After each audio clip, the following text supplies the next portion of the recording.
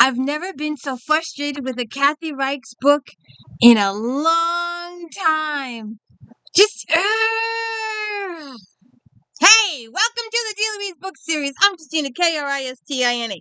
This is where we read books, talk about books, no special effects, no theme music, none of that fancy stuff going on here. And some person told me I shouldn't be doing this. I wasn't qualified enough to do it. Hurt my feelings. I read the book and then I talk to you about it. That's what I do. No fancy special effects, no special editing, none of that extra fancy stuff. It's just me reading a book and talking to you about the book. And this book was frustrating as all hell. And,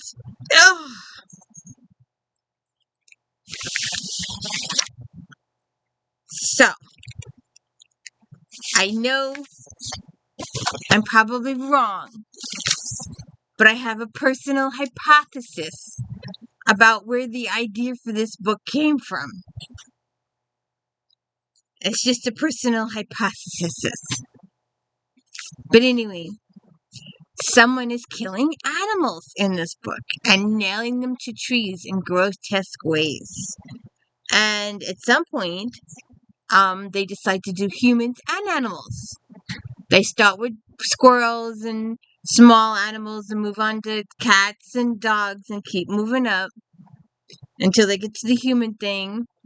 And there's quite a few different suspects thrown in your face.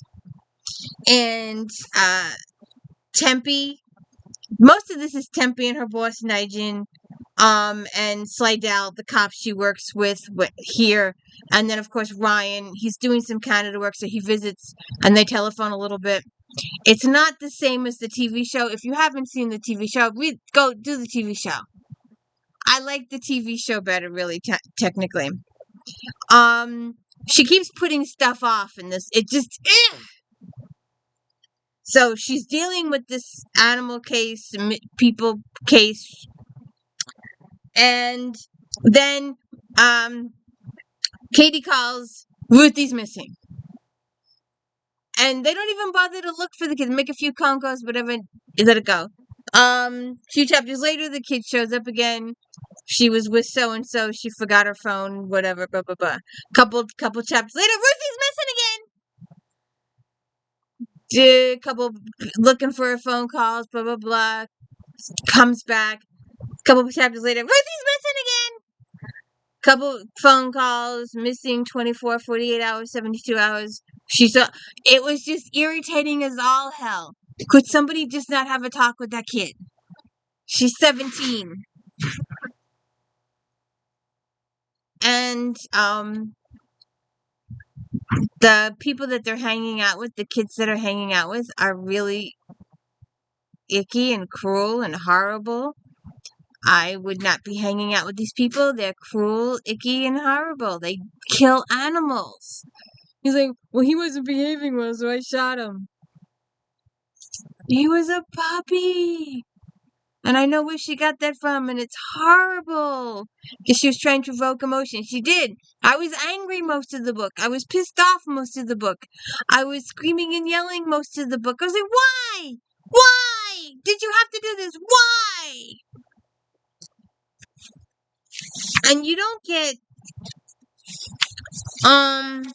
she spends some time with the kids, and like I said, the one kid is creepy. And I was like, chapter 24, I was like, it's 100% him. There's no way it cannot be this horrible, disgusting kid. It's not. It's sort of not. It could be. He does do some horrible things, though. And then Tempe gets abducted too, by the way. I was just so mad. Because Ruthie's missing again. And then a couple chapters later, she's found. And then a couple chapters later, Ruthie's missing again.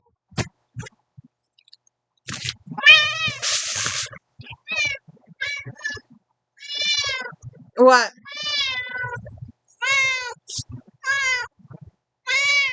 What?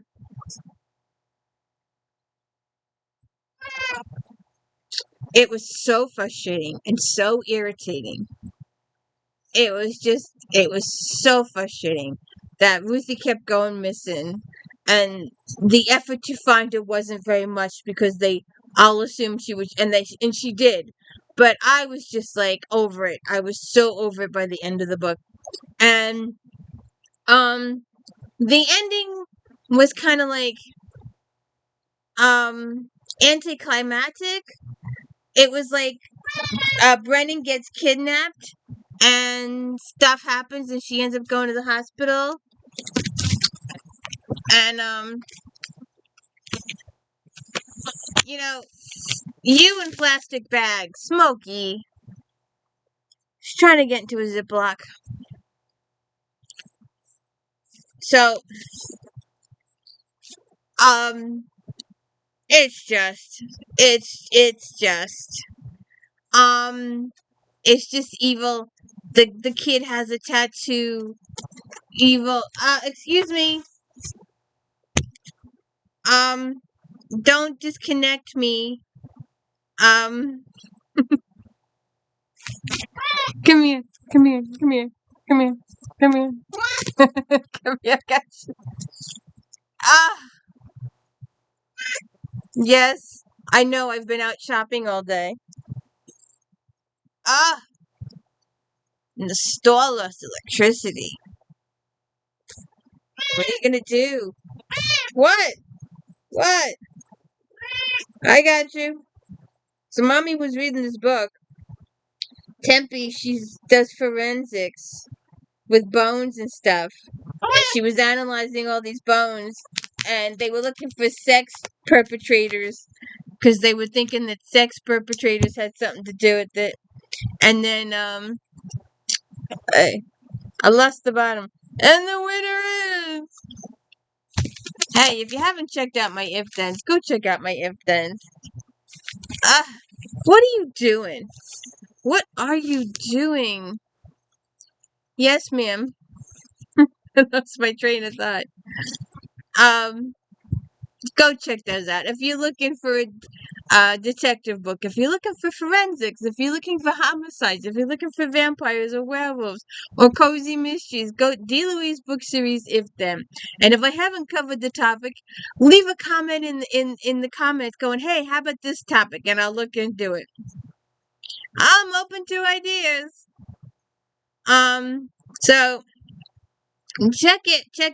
If you want to read the book, and let me know if you get frustrated by all the times that Ruthie goes missing. I mean, that kind of, for me, it overshadowed everything. And then the cat goes missing. And the cat's missing for several, her bird cat, Birdie. And, I was so frustrated at the end when they're talking about the cat being with the neighbor at the end. And I had to go back and reread and scour and I tried to get the Kindle thing going and I couldn't. Excuse me. I couldn't get the Kindle because I wanted to. Because with a Kindle you can do a search for a search word. So about the 5th time through, I found where the cat's returned, but it's not. You're not told where she was or where she'd been or what she'd been doing or anything.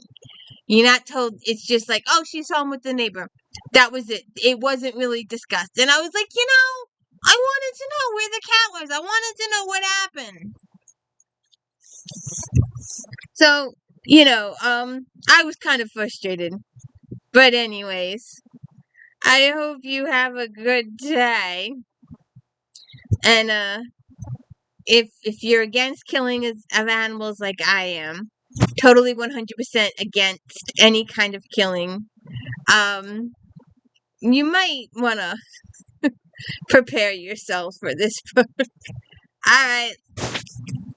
Have a good one.